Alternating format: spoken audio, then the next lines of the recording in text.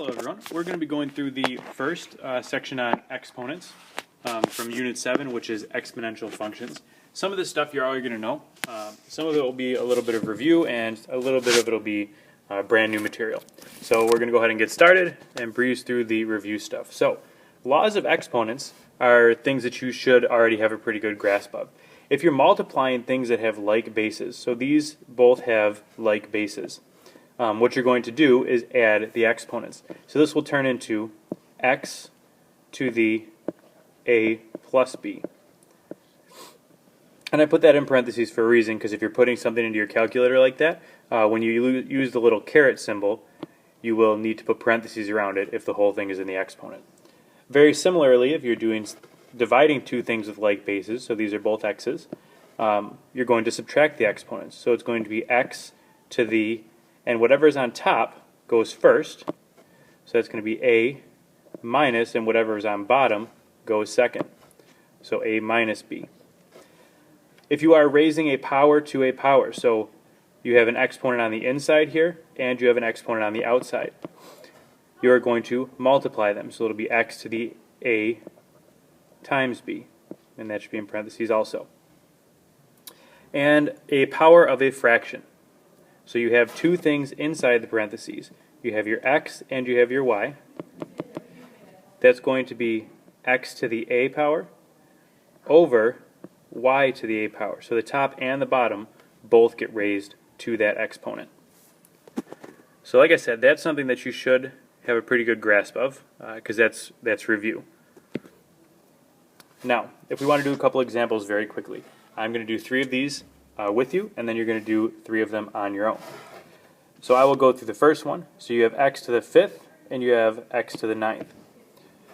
If you want to put that together, that will be x to the, well, we're multiplying, so that means we're going to add the exponents, so it's 5 plus 9, which gives us x to the 14th power. I would like you to try number 2 on your own, please. And I will go through number 3 with you. So you have x to the 4c over x to the c. That means you're going to take, they have like bases, they're both x's, so that's going to be x to the 4c minus c. And if you subtract that, that's actually a 1, right? So it'll be x to the 3c. I would like you to try number 4 on your own, please. We'll go through 5 together. This is very similar to a fractional one, where this number on the outside here has to be distributed to everything inside. So we're going to take that 3, and we're going to distribute it, so it's going to be 4 to the 3rd power times x squared to the 3rd power. Well, 4 to the 3rd power, 4 times 4 times 4, is 64, and x to the 2nd to the 3rd, if you have a power to a power, you multiply them, so that will be x to the 6th. And then I would like you to try number 6 on your own, and be ready to look at it in class. Non-positive exponents, so when you have negative exponents, we know that x to the a over x to the b is x, is x to the a minus b.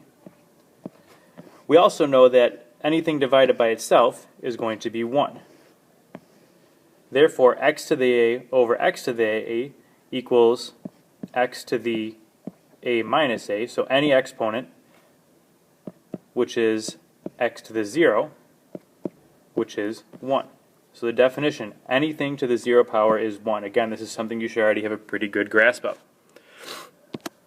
So looking at a couple examples for that. Number 1, negative 4 to the 0 power. Well, like we just said, anything to the 0 power is going to be 1. Go ahead and try number 2 on your own for that. Also, you know what, try number 3 on your own. And for number 4, we're going to look here. So we have negative 4x to the 0 power. Well, this whole thing is in parentheses here, so that's negative, that's actually a negative 1, times 4 to the 0, because remember we want to make this go to both. Let me make this a little thinner here.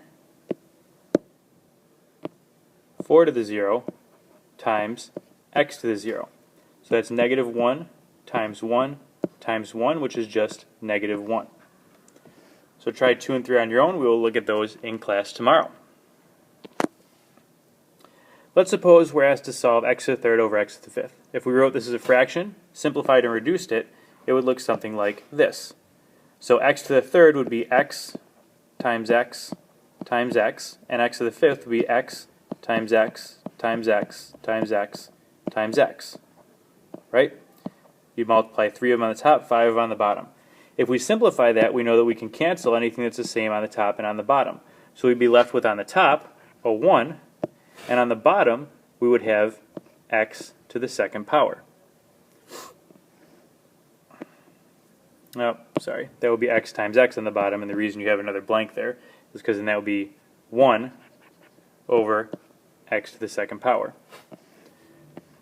Our subtraction rule says that if we did that, it would be x to the 3 minus 5, which is x to the negative 2. So that's where this came from. We use the subtraction rule, we get x to the negative 2. So if you know that when you simplify it and work it out, you end up with this, and when you use the subtraction rule, you end up with this, you should be able to figure out that x to the negative 2 equals 1 over x to the second power. So the definition for that actually says that x to the negative b is the same thing as 1 over x to the positive b. Now this is something that's a little new to some people. Some of you might have already seen it. But what it's saying is that if you have a negative in your exponent there, you can flip it to the bottom and make the exponent a positive. So what if the negative exponent is already on the bottom? Like if you have 1 over x to the negative 5. You can simplify it like this. So you have 1 over x to the negative 5, which we know you can put that into the bottom here. So this goes down to the denominator of a fraction on the bottom. So now we have a complex fraction. So that's really 1 times x to the fifth over 1 if you're multiplying by the reciprocal, which gives you x to the positive fifth. And you could actually write that as x to the fifth over 1, which you should notice here, if you look at what you started with, you really just moved that negative exponent to the top.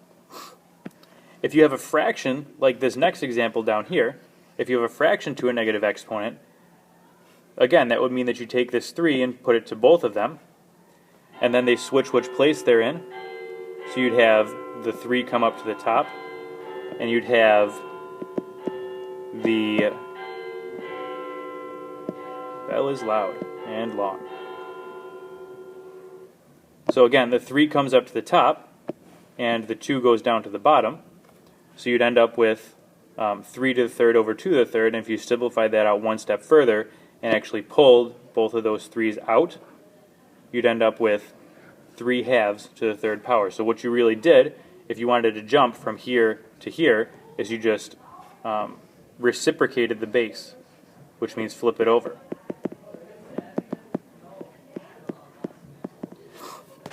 So we're going to look at a couple of examples here. So if we wanted to express 2/3 to the negative n using a positive exponent, that's very similar to what I was just saying. You don't have to do all that work out, you just have to know exactly where you get to. So to get rid of that negative, you're going to go ahead and flip this over. So it will be 3 halves to the positive, n.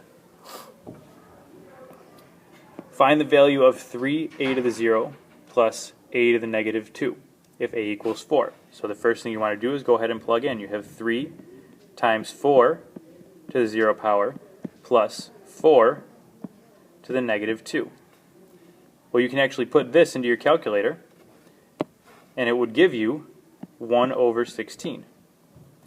And we know that this whole piece right here is going to be 1, so this is just 3 plus 1/16, which is 3 and 1/16, or if you wrote it as an improper fraction, that would be 49 over 16. The third one down here, write this without a denominator. So what that means is you want to take everything that's down here and somehow get it up to the top. So this first part should be kind of easy. We have 2c squared. Now we need to move both of these up to the top. So if you have a to the third on the bottom, it's going to turn into a to the negative third if it comes to the top. If you have c to the negative 2, that's going to turn into c to the positive 2 on the top. And then hopefully we notice that c squared and c squared can go together, because that's really c to the second power times c to the second power, so you're going to add those exponents. So our final answer would be 2c to the fourth power a to the negative third. And now there's no denominator with that, so we've expressed it without a denominator, and that is going to be our final answer. This last example here, I would like you to try on your own. We will go over it in class with those other couple, and I would also like you to watch the next video. It's going to be only 4 or 5 minutes about fractional exponents, just so that we can get a little ahead of the game. So again, for homework, I want you to finish those in addition to this, finish those last couple examples, including this number 4 here, and watch the fractional exponents video, which is the next one in the series. So I will talk to you on the next video. See you in a minute.